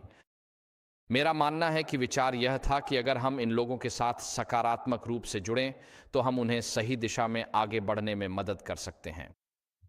मुझे लगता है यही सामान्य विचार था। और इसी तरह 1979 में जब सोवियत संघ ट्रूएन फ्राइज का कड़ा उत्पीड़न कर रहा था, उन्हें मिटाने की कोशिश कर रहा था और यह पता लगाने की कोशिश कर रहा था कि ये छपाई मशीनें कहाँ हैं जो सोवियत संघ में सारा एडवेंटिस्ट साहित्य वितरित कर रही है, एल्डर विल्सन ने 1979 में सोवियत एडवेंटिस्टों के नाम एक खुला पत्र लिखा। और ये वही पत्र है। और उन्होंने कहा जनरल कॉन्फ्रेंस किसी भी देश में केवल एक सेवेंथ डे एडवेंटिस्ट संगठन को ही मान्यता दे सकती है। आमतौर पर यह वही संगठन होगा जिसे अधिकारियों द्वारा मान्यता प्राप्त होगी। हम उन सभी लोगों को प्रोत्साहित करते हैं जो स्वयं को सेवेंथ डे एडवेंटिस्ट मानते हैं कि वे मान्यता प्राप्त विश्वासियों के समूह से जुड़ें। व्याख्या यह है कि अगर आप ट्रूएन फ्राइज में हैं तो आप अपनी जिम्मेदारी पर हैं। हमारा आपसे कोई लेना देना नहीं है। हम केवल आधिकारिक एडवेंटिस्ट चर्च के साथ काम करेंगे जो अपने बच्चों को सप्त के दिन स्कूल भेजते हैं आदि आदि। लेकिन हम उन ट्रू एंड फ्रीज से कोई संबंध नहीं रखेंगे जो सप्त का पालन कर रहे हैं और चौथे और छठे आज्ञा का उल्लंघन करने से इनकार कर रहे हैं। सोवियत संघ की एक बात की यात्रा के दौरान एल्डर विल्सन ने कॉन्स्टेंटिन खार्चेव के साथ घनिष्ठ संबंध स्थापित किया, जो उस समय USSR council of religious affairs के अध्यक्ष थे। और अमेरिका की 2 यात्राओं के दौरान 1986 और 1987 में इस सोवियत अधिकारी ने हमारे वर्ल्ड चर्च मुख्यालय और हमारी कई प्रमुख शैक्षिक और संस्थागत संस्थाओं का दौरा किया। इस सब का परिणाम यह हुआ कि रूस में मॉस्को के पास पहला एडवेंटिस्ट सेमिनरी स्थापित हुआ, जिसे अब जॉक्स्की कहा जाता है। वह संवाद का यही फल था। एडवेंटिस्टों ने भी इसका जवाब दिया जब मिखाइल गोर्बाचेव ने 1987 में एक परमाणु मुक्त विश्व और मानवता के अस्तित्व के लिए अंतर्राष्ट्रीय मंच का आयोजन किया, जिसमें उन्होंने भाग लिया। मिखाइल गोर्बाचेव परमाणु निरस्त्रीकरण स्टार्ट संधियों के बारे में बात करने की कोशिश कर रहे थे और उन्हें एहसास हुआ कि सोवियत संघ पश्चिमी देशों के साथ प्रतिस्पर्धा नहीं कर सकता। और इसलिए नील विल्सन ने गोर्बाचेव को यह बताया कि जो लोग रीगन का सबसे अधिक समर्थन कर रहे हैं वे ईसाई दक्षिणपंथी हैं और वे मुख्य रूप से सोवियत संघ में ईसाइयों के साथ होने वाले व्यवहार को लेकर चिंतित हैं। तो अगर आप ईसाइयों के प्रति अधिक दया और सहानुभूति दिखाते हैं और उन्हें अधिक स्वतंत्रता देते हैं तो राष्ट्रपति रीगन अमेरिका में अपनी राजनीतिक शक्ति खो देंगे। ये वही तर्क था जो उस समय एल्डर विल्सन ने दिया था और मुझे उस विशेष तर्क में कोई समस्या नहीं दिखती। मुझे लगता है कि उन्होंने जो कहा वह बिल्कुल सही था। लेकिन 1980 के दशक के अंत से एडवेंटिस्टों ने क्या किया? क्या उन्होंने सोवियत संघ के साथ सहयोग को प्रोत्साहित करने और पूरे देश में सभी लोगों के लिए मानवाधिकारों को खोलने के लिए कुछ किया? हमने रोनाल्ड रीगन द्वारा सोवियत संघ को इविल एम्पायर कहे जाने की आलोचना की। हमने विज्ञान, शिक्षा और चिकित्सा के क्षेत्रों में सोवियत संघ को सहयोग की पेशकश की। हमने सोवियत धार्मिक स्वतंत्रता की प्रशंसा की। क्या आप इस पर विश्वास कर सकते हैं? हमने अपनी लिबर्टी पत्रिका में सोवियत धार्मिक स्वतंत्रता की प्रशंसा की और हमने खार्चेव को एक सम्मान पत्र भी दिया जिसमें उन्हें मानवाधिकारों के प्रवक्ता, धार्मिक स्वतंत्रता के संवर्धक के रूप में सम्मानित किया गया। बाद में हमें मॉस्को में एक प्रकाशन गृह, एक रूसी मुख्यालय और एक चिकित्सा क्लिनिक खोलने की अनुमति भी मिली। खैर, इतिहास आगे बढ़ गया।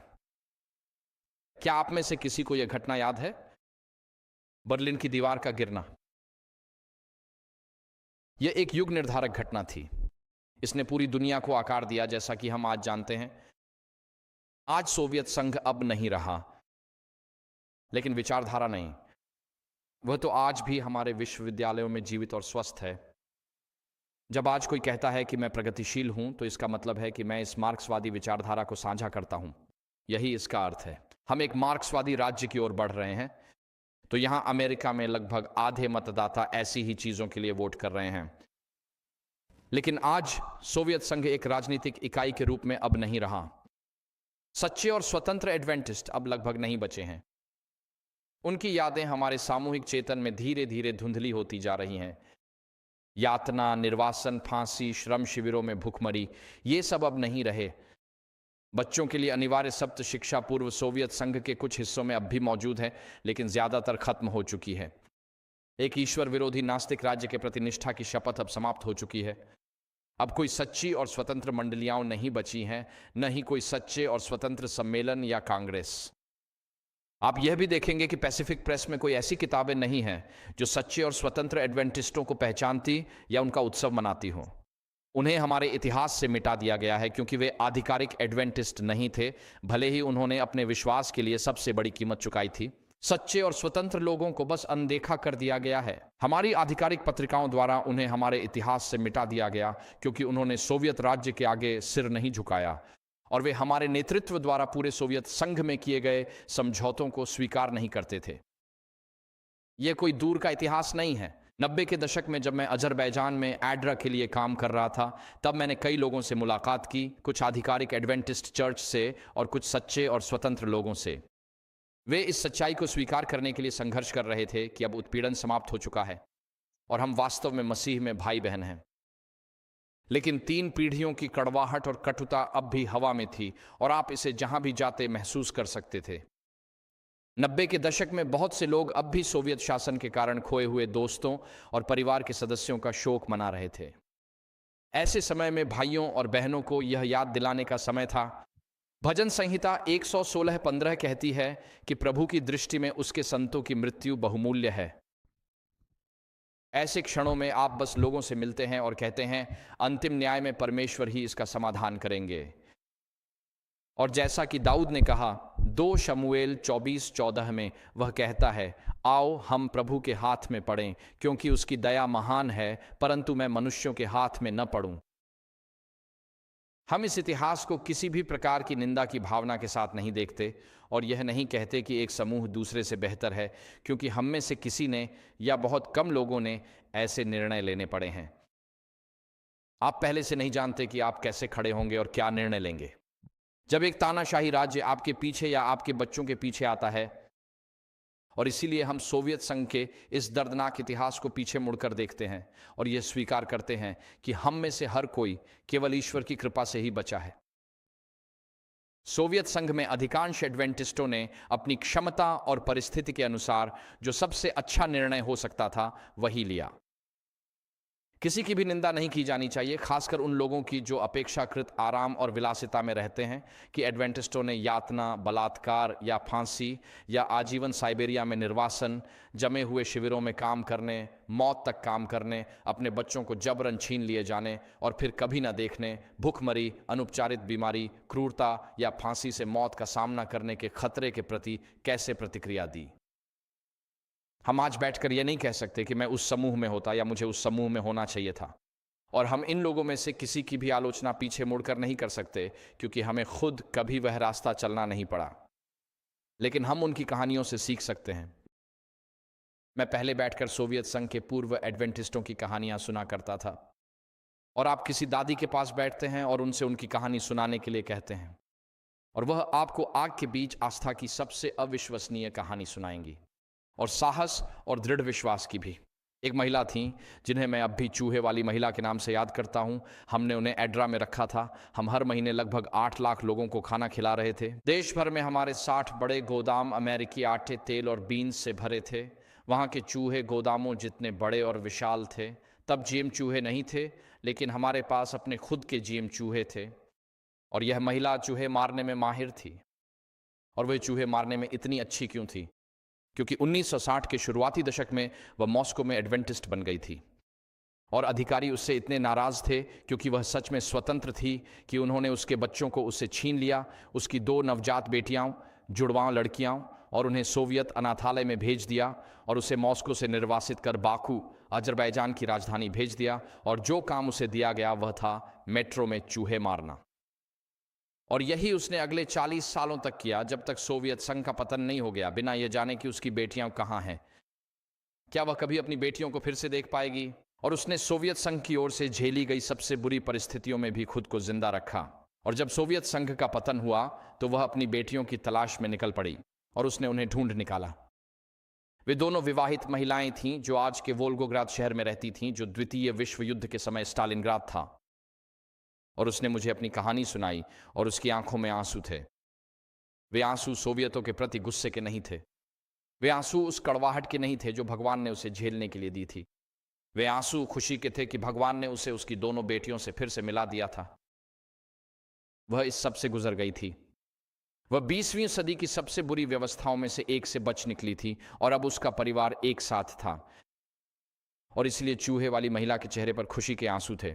उसका नाम नीना सर्गेयेवना था। मुझे लगता है कि अब वह इस दुनिया में नहीं है। अगर आप जानना चाहते हैं कि उन शिविरों में काम करना कैसा था, तो सोल्जेनित्सिन ने एक किताब लिखी है। ये एक बहुत ही छोटी किताब है, eight science of steps to Christ. इसका नाम है इवान डेनिसोविच का एक दिन। ये किताब बताती है कि साइबेरियाई श्रम शिविर में कैदी होना कैसा अनुभव होता है। कैदियों को जेक्स कहा जाता है। ये रूसी भाषा में कैदी के लिए एक तरह का स्लैंग है, जैक ज़ेचिकेयस। और यह कहानी सुबह की घंटी से लेकर रात की घंटी तक की घटनाओं को दर्शाती है, और एक श्रम शिविर में कैदी के रूप में उसके मन में क्या क्या चलता है। मैं आपको इसे पढ़ने के लिए प्रोत्साहित करूंगा। बच्चों, अगर आपको लगता है कि आपके कामकाज बुरे हैं तो इस किताब को एक बार जरूर देखें। दूसरी किताब है इन फर्स्ट सर्कल, जो बताती है कि स्टालिन के शिविरों में आजीवन कैदी होना कैसा होता है। तो चर्च विभाजित हो गया। तो अब मैं एडवेंटिज्म के दोहराव के बारे में बात करना चाहता हूं।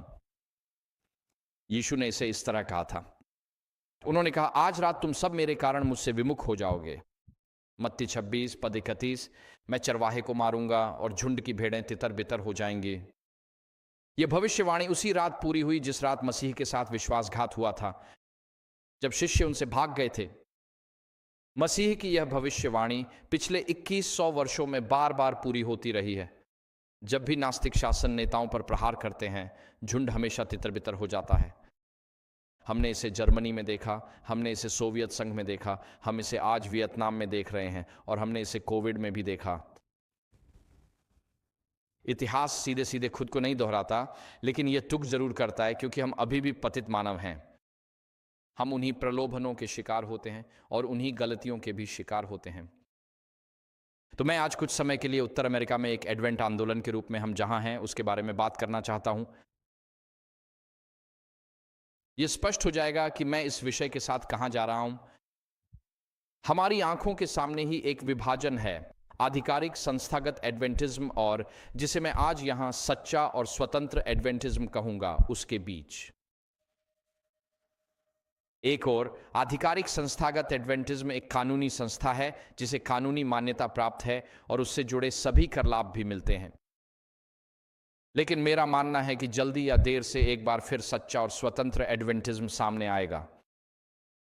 ये कोई संप्रदाय नहीं होगा, बल्कि एक आंदोलन होगा। यह संभव है कि आज के एडवेंटिज्म के भीतर एक ले रिफॉर्म आंदोलन के रूप में इसकी शुरुआत हो। ऐसे लोग जो सप्त की सुबह अपने नियमित चर्च में जाते हैं, लेकिन शुक्रवार रात, सप्त रात या बुधवार को प्रार्थना, बाइबल अध्ययन और संगति के लिए मिलते हैं। मुझे विश्वास है कि हमारे चर्च में एक भूमिगत आंदोलन की संभावना आ रही है जिसे कानूनी मान्यता नहीं मिलेगी, क्योंकि संस्था और वफादार सदस्यों के बीच की खाई इतनी सख्त और इतनी बड़ी होती जा रही है। आधिकारिक एडवेंटिज्म में सदस्य सम्मेलन के स्वामित्व वाली इमारतों और चर्चों में पूजा करेंगे, जैसे कि यहां से थोड़ी दूर पर।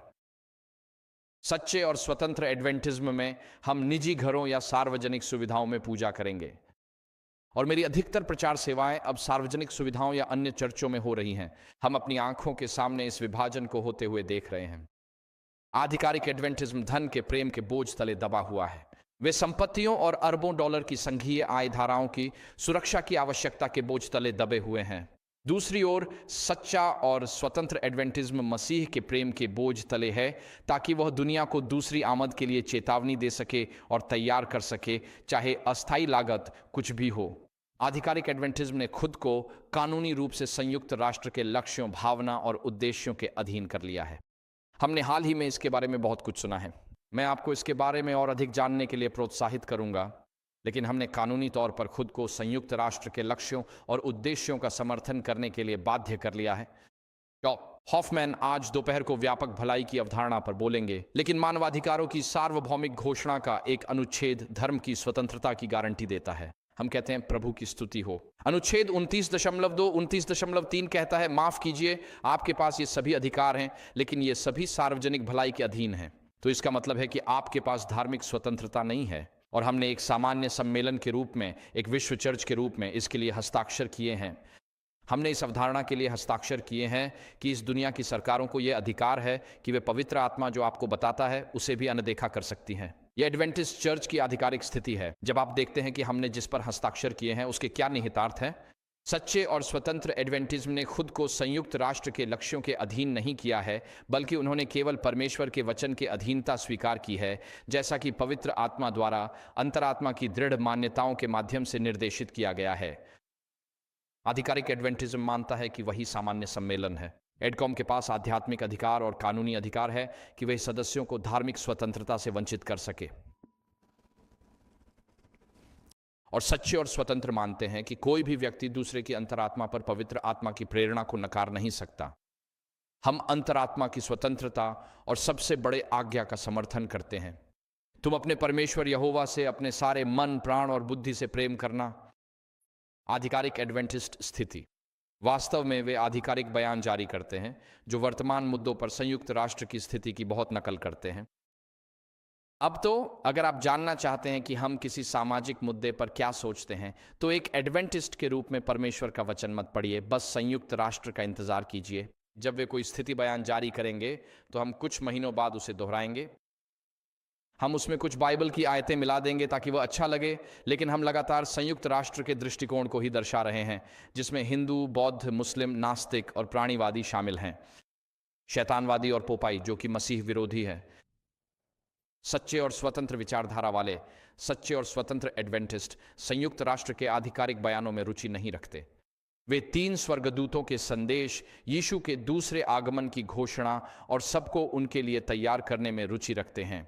क्या ही अच्छा हो यदि हमारी कलीसिया दुनिया को यही बताए कि यीशु अपने लोगों के लिए फिर आ रहे हैं और आप मेमने की जीवन पुस्तक में अपना नाम दर्ज करा सकते हैं। यह अद्भुत होगा अगर हमारी कलीसिया से केवल यही एक बात निकलती।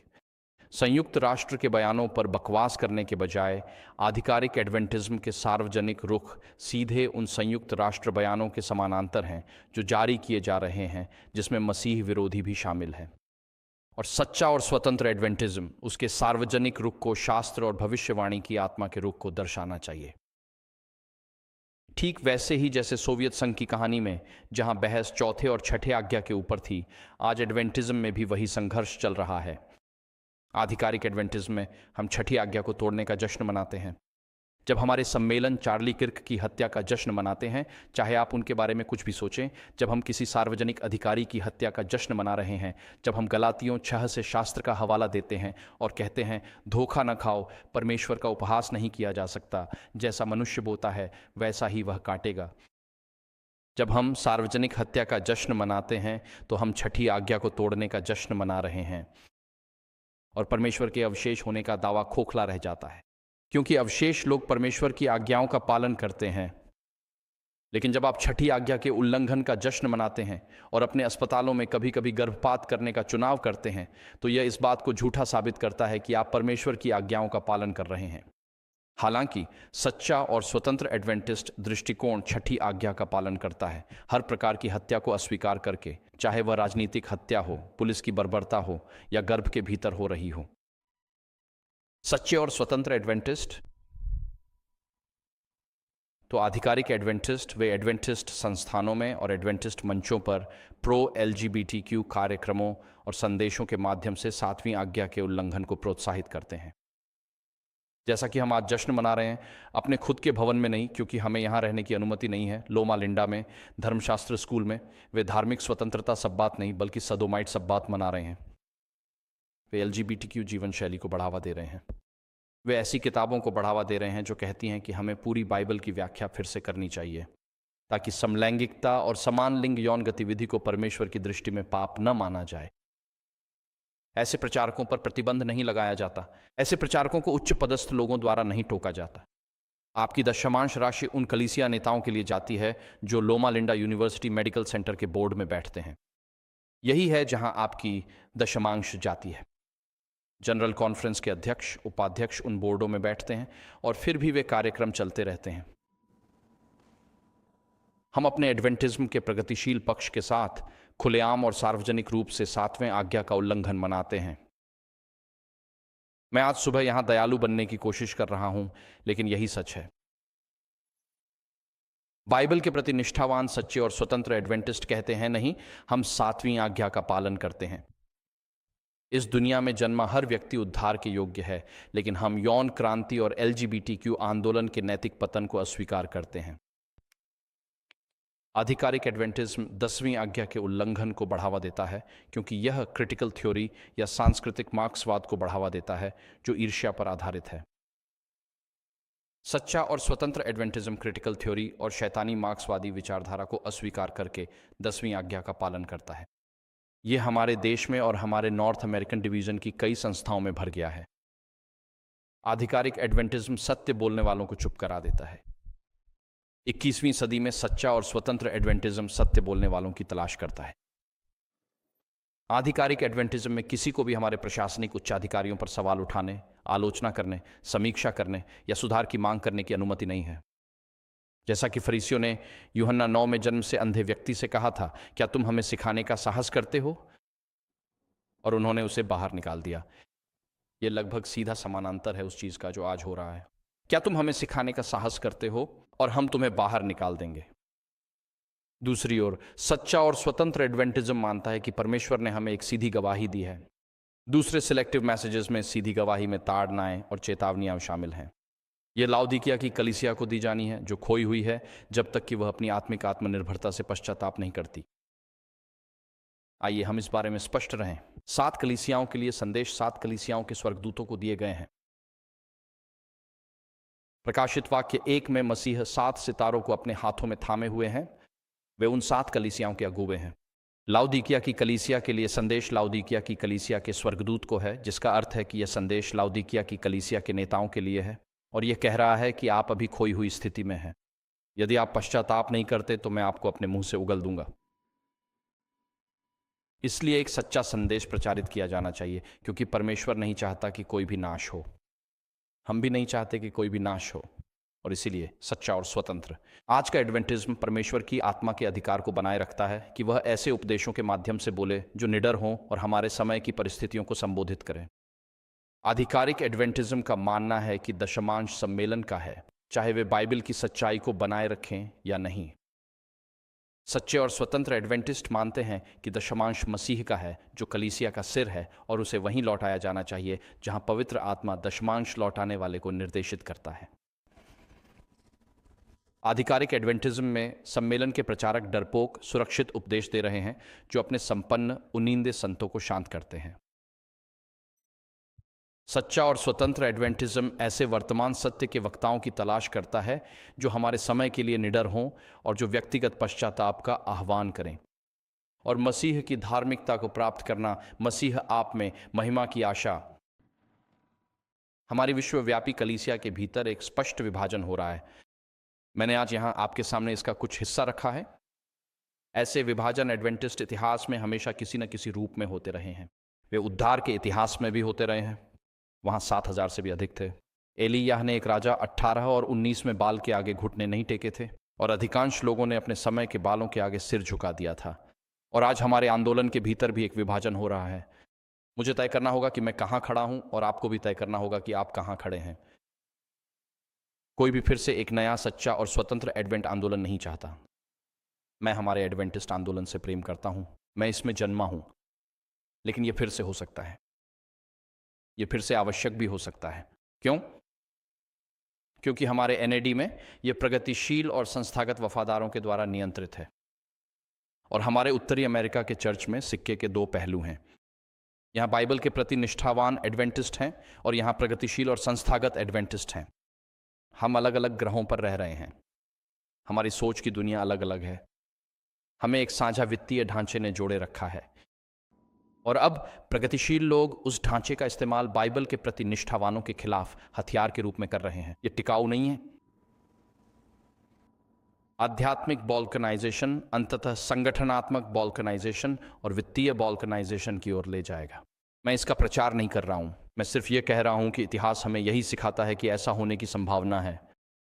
सह अस्तित्व संभव है यदि प्रगतिशील लोग उस ढांचे का इस्तेमाल उन प्रचारकों के खिलाफ हथियार के रूप में न करें जो शास्त्र के प्रति निष्ठावान हैं। वर्तमान स्थिति टिकाऊ नहीं है। जब तक हमारे नेताओं में पश्चाताप नहीं होता और हम उस शुद्ध विश्वास की ओर वापस नहीं लौटते जो हमें विरासत में मिला है, मुझे विश्वास है कि परमेश्वर एडवेंटिज्म के भीतर एक नई ले आंदोलन को बुलाएंगे, ताकि हम उस बुलाहट के प्रति निष्ठावान रहें जो परमेश्वर ने हमें एक आंदोलन के रूप में दी थी। हमने एक आंदोलन के रूप में शुरुआत की थी, हम विकसित हुए और एक सम्मानित संप्रदाय बन गए। हम अपने संसार की वित्तीय और कानूनी संरचनाओं में इतने उलझ गए हैं कि अब हम व्यापक दुनिया से अलग नहीं दिखते। लेकिन मसीह के लौटने से पहले हम एक बार फिर एक निष्ठावान आंदोलन होंगे। सिर्फ एक सवाल है, कैसे? सिर्फ एक सवाल है, कब? और इससे भी महत्वपूर्ण बात, क्या आप उस निष्ठावान आंदोलन का हिस्सा बनने जा रहे हैं? वह आंदोलन सुसमाचार के प्रति सच्चा रहेगा, और वे संयुक्त राष्ट्र से मुक्त होंगे या संघीय नियंत्रण से। मसीह के फिर से आने से पहले सच्चे और स्वतंत्र एडवेंटिस्ट होंगे। तो हम आज सुबह अपनी निष्कर्षों पर वापस आते हैं। फरवरी 1987, एल्डर विल्सन ने क्रेमलिन के ग्रैंड हॉल में एक वैश्विक सम्मेलन के सामने भाषण दिया जो परमाणु निरस्त्रीकरण और मानवाधिकारों पर चर्चा कर रहा था। और उन्होंने एक फ्रांसीसी दार्शनिक जैक्स एलुल का उद्धरण दिया, और उन्होंने यही कहा। उन्होंने कहा, चर्च द्वारा अपनाई गई स्थिति चाहे जो भी हो, हर बार जब वह राजनीति में शामिल होती है, हर अवसर पर परिणाम यह रहा है कि उसने अपने प्रति विश्वासघात किया है और सुसमाचार की सच्चाइयों को त्याग दिया है। हर बार वह उचित रूप से कार्य करने के लिए गुमराह हुई है, चाहे वह प्रकट सत्य की ओर हो या अवतरित प्रेम की ओर। ऐसा प्रतीत होता है कि राजनीति उसके सबसे बड़े पतनों का कारण है, उसकी निरंतर परीक्षा है। वह गड्ढा है जिसे इस संसार का राजकुमार लगातार उसके लिए तैयार करता है। और मैं एल्डर विल्सन की हर बात से सहमत हूं कि जब आप राजनीति को चर्च के साथ मिलाते हैं तो सुसमाचार कमजोर हो जाता है। जब चर्च राज्य को प्रभावित करने की कोशिश करता है तो वास्तव में राज्य ही चर्च को प्रभावित करता है। और जब हम खुद को बांधते हैं, अपने आप को अधीन करते हैं, कानूनी रूप से झुकते हैं और इस संसार की सरकारों के लक्ष्यों को बनाए रखने का दायित्व लेते हैं, तो अनिवार्य रूप से यह हमारे आंदोलन के भीतर आध्यात्मिक पतन की ओर ले जाएगा। तो इस धार्मिक रूप से जीवन सप्त के दिन हम क्या करें? सबसे पहली बात, 3 बातें हैं जो मैं आपको करने के लिए प्रोत्साहित करना चाहता हूं। पहली यह है, झुक जाए। अभी अपने दिलों में झुक जाए। आज रात अपने बिस्तर के पास झुकें और चुनें कि आप किसकी सेवा करेंगे। जिसकी सेवा आप करेंगे उसके साथ वाचा बांधें।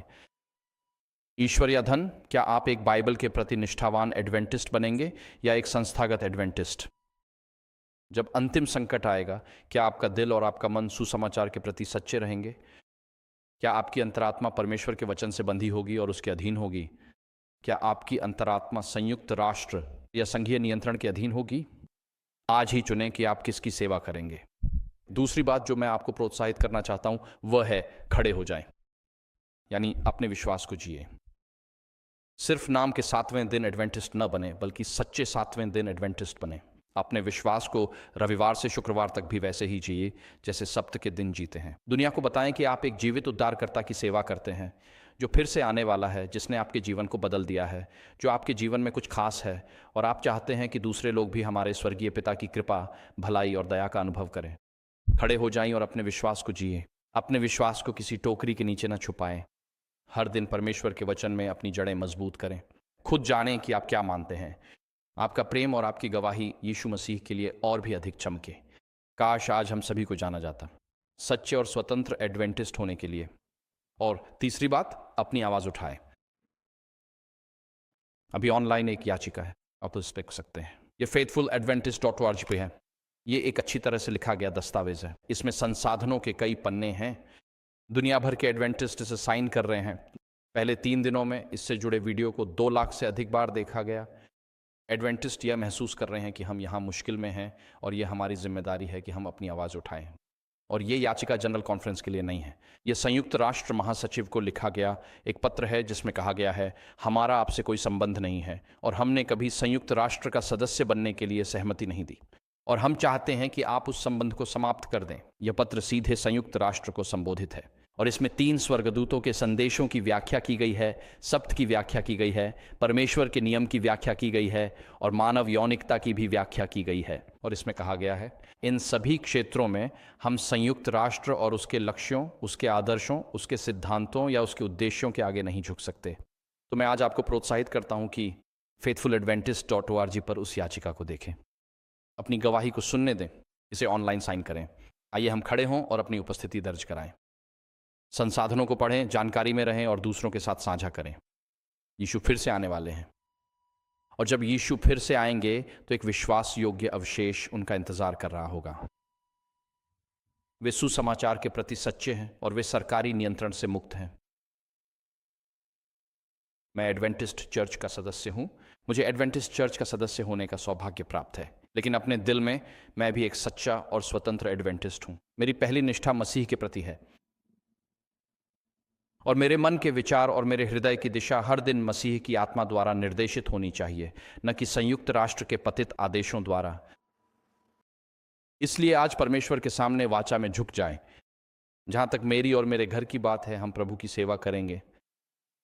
आज खड़े हो जाइए और अपने प्रकाश को चमकने दीजिए। अपने समुदाय में अपने प्रकाश को दिखने दें, ताकि लोग जान सकें कि आप बिना किसी झिझक के एक 7वें दिन के एडवेंटिस्ट हैं। और आप जहां भी जाएंगे एडवेंटिस्ट संदेश को लेकर जाएंगे। और बोलिए, आवाज उठाइए, दुनिया को बता दीजिए कि आप सहमत हैं कि हमारा इस संसार के पतित राज्यों से कोई लेना देना नहीं है। झुकिए, खड़े होइए और बोलिए। आज हम सोवियत संघ में सच्चे और स्वतंत्र लोगों की कहानियां सुनाते हैं। जब हम स्वर्ग पहुंचेंगे, शायद वहां हमारी कहानियां भी सुनाई जाएंगी। शायद अनंत काल तक आज आप जो खड़े हैं अध्ययन और शोध का विषय बनेंगे कि एक ऐसी दुनिया में जो कहती है हम इस व्यक्ति को अपने ऊपर शासन नहीं करने देंगे। वहाँ बेरियन स्प्रिंग्स में, या जो लोग ऑनलाइन देख रहे हैं, एडवेंटिस्टों का एक समूह था जिन्होंने कहा, हम यीशु को सबसे ऊपर चुनते हैं, हम उसके सुसमाचार के प्रति सच्चे रहेंगे और हम हर सरकारी नियंत्रण से मुक्त रहेंगे, क्योंकि हमारी अंतरात्मा केवल परमेश्वर के वचन के अधीन है और केवल परमेश्वर के वचन के अधीन है। ईश्वर हमें अनुग्रह दे, हमें साहस दे, हमें धैर्य दे, हमें उद्देश्य की भावना दे, ताकि हम वैसे ही जीवन जी सकें जैसा परमेश्वर चाहता है कि हम जिएं। पृथ्वी के अंतिम दिनों में, हम केवल पृथ्वी के अंतिम दिनों में जन्मे नहीं थे। हम केवल पृथ्वी के अंतिम दिनों में जन्मे नहीं थे, हम पृथ्वी के अंतिम दिनों के लिए जन्मे थे। जब परमेश्वर को घोर अंधकार के समय चमकने वालों की जरूरत थी, तो हम सब यहां मौजूद थे। परमेश्वर आप में कुछ ऐसा देखता है जो शायद आप खुद में नहीं देखते, लेकिन यदि आप झुकेंगे तो परमेश्वर आपको अपनी आत्मा से भर देगा। और यदि आप खड़े होंगे तो वह कहता है, मैं तुम्हारे साथ रहूंगा जहां भी तुम जाओगे, युग के अंत तक। यदि आप मसीह के वचन का प्रचार करेंगे तो उसके शब्द आपको ऊपर से दिए जाएंगे, ताकि संसार जान सके कि एक उद्धारकर्ता आने वाला है। प्रभु के नाम की खातिर यही अनुभव हम सभी का हो। आमीन।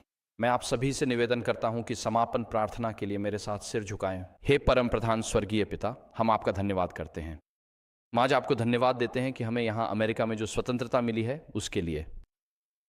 पिता, हम आज आपको उस आध्यात्मिक विरासत के लिए धन्यवाद देते हैं जो हमें सौंपी गई है। पिता, वे सिद्धांत जो पवित्र शास्त्र में सत्य हैं, परंतु प्रभु, जैसा कि पास्टर केली ने कहा, आत्मिक सत्य को जानना ही आपको मसीह का अनुयायी नहीं बना देता। पिता, मैं आज प्रार्थना करता हूं कि हम केवल सत्य को न जानें, बल्कि यीशु जो स्वयं सत्य हैं, वे हम में से प्रत्येक के भीतर निवास करें। यीशु, आप हमें भीतर से बदलें और आकार दें। मैं प्रार्थना करता हूं कि पृथ्वी के सबसे अंधकारमय समय में आप हमारे माध्यम से चमकें, ताकि सारी दुनिया जान सके कि इस गहराते अंधकार में एक आने वाला राजा है, उसका नाम मसीह है, और सभी उसके राज्य में हो सकते हैं। मैं प्रार्थना करता हूं पिता कि यह हमारा अनुभव बने आपके नाम की महिमा के लिए। आमीन।